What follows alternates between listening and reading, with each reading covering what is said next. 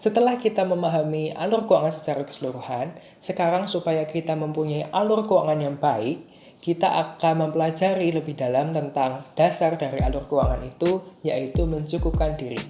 Mencukupkan diri merupakan sikap merasa cukup akan apa yang Tuhan percayakan kepada kita. Nah, kenapa ya kita mencukupkan diri?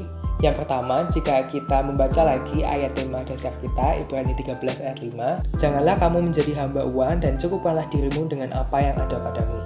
Karena Allah telah berfirman, aku sekali-sekali tidak akan membiarkan engkau dan aku sekali-sekali tidak akan meninggalkan engkau. Maka kenapa kita mencukupkan diri? Karena kita percaya bahwa Allah telah berfirman, I will never leave you, I will never abandon you. Dan kita percaya bahwa saat ini dan tidak akan sekalipun Allah akan meninggalkan kita. Dan jika kita mengimani ini, kita juga percaya berarti bahwa Allah mampu mencukupkan kita. Nah, untuk selanjutnya, yuk kita lihat di 1 Timotius 6 ayat 6-7. Memang ibadah itu kalau disertai rasa cukup, memberi keuntungan besar. Sebab kita tidak membawa sesuatu apa ke dalam dunia, dan kita pun tidak dapat membawa apa-apa keluar.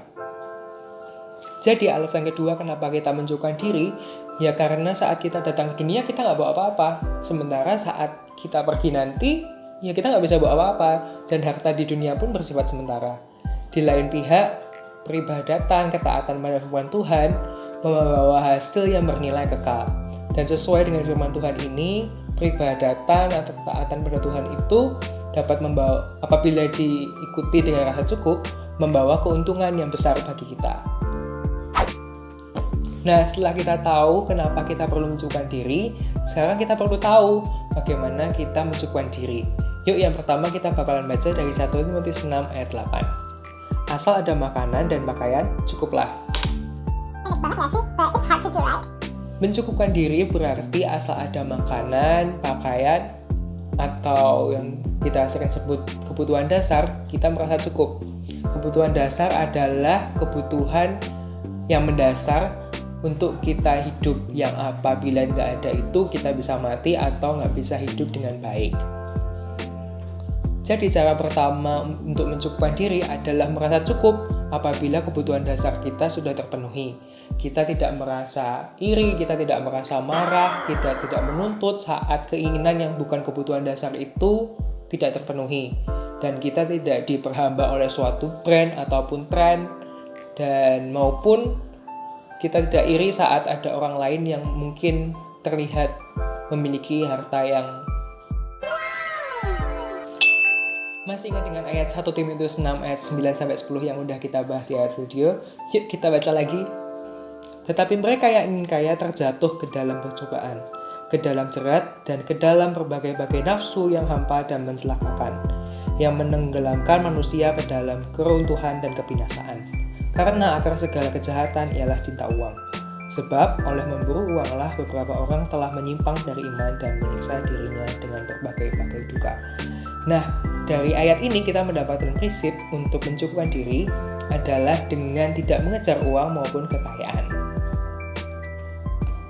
Next kita bakal belajar dari seorang tokoh Alkitab yang hidupnya dipakai Allah luar biasa di awal kekristenan. Kita buka di Filipi 4 ayat 11-12.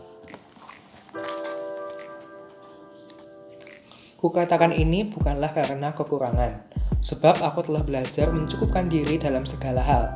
Aku tahu apa itu kekurangan, dan aku tahu apa itu kelimpahan.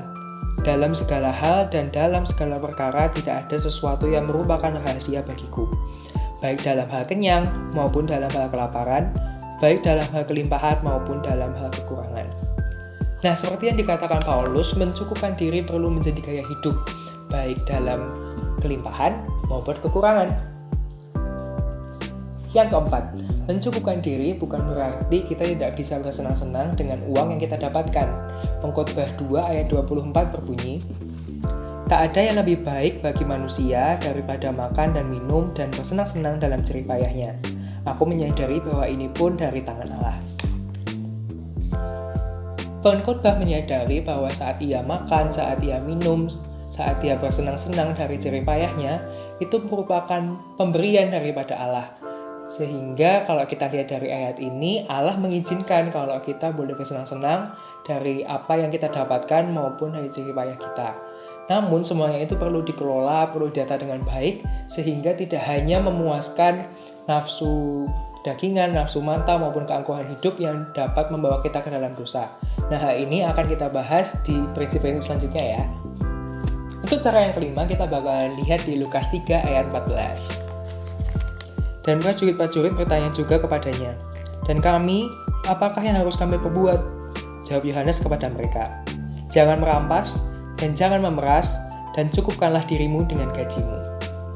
Mencukupkan diri berarti kita tidak memeras, kita tidak merampas, tidak berbuat jahat untuk memenuhi kebutuhan kita.